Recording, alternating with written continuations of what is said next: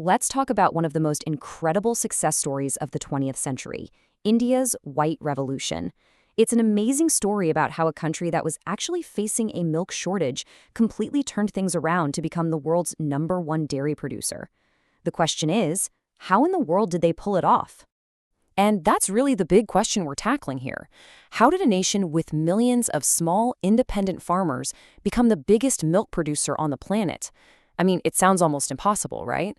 But the answer lies in this remarkable story of vision, cooperation, and just brilliant strategy. So to figure this out, we're going to break it down into 5 parts. We'll start with the problem, India's dairy dilemma, and the crucial groundwork that had to be laid first. Then we get to the main event, when the floodgates opened. After that, we'll look at the massive wave of impact. And finally, see how that incredible flow is sustained even today. All right, first up, let's set the stage with India's dairy dilemma. Because before this revolution, you have to understand, dairy farming wasn't just some business. For millions of people, it was the absolute backbone of the rural economy. The stakes were unbelievably high. I mean, dairy was everything. It didn't just power the rural economy, it was a massive source of jobs. For millions upon millions of small farming families, it provided critical nutrition and a steady income. But, and this is a big but, the whole system was a mess. It was so unorganized, which left individual farmers totally at the mercy of an unpredictable system. And that vulnerability is what brings us to our second part, laying the groundwork. See, you can't have a revolution without a solid foundation. The Indian government knew that just wishing for more milk wasn't going to cut it. They had to actually build the infrastructure for change first. So what did they do?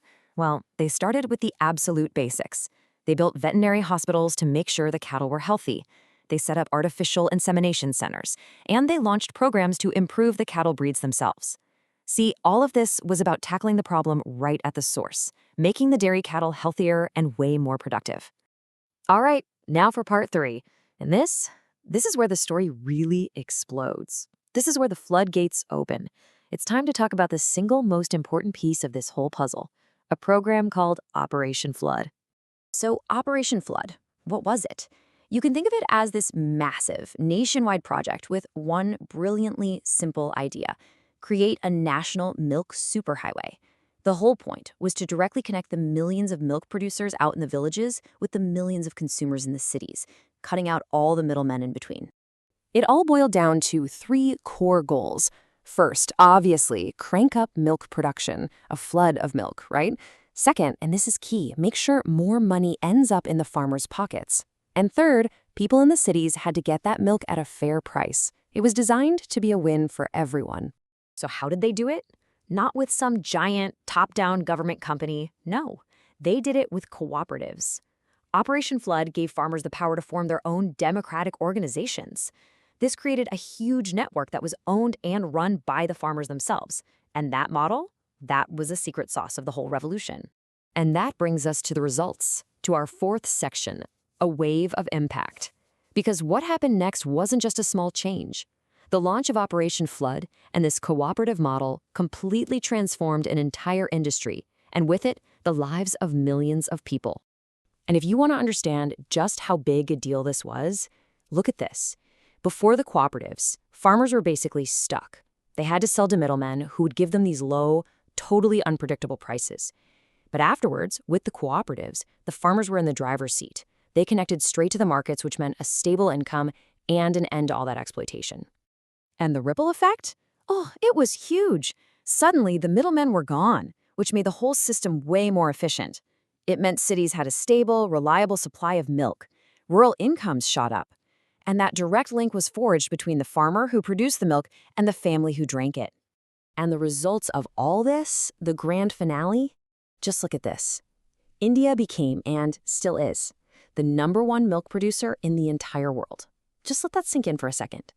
An absolutely stunning achievement, built on the hard work of millions of small farmers. But, becoming #1 is one thing.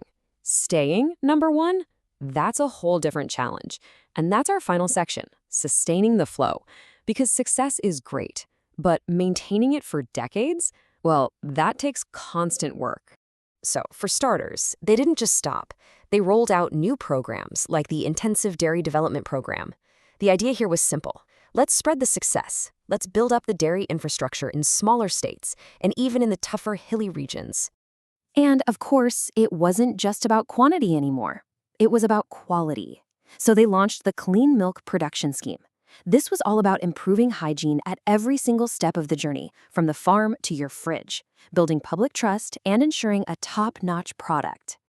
And maybe most importantly, they kept supporting the very heart of the revolution, the cooperatives themselves.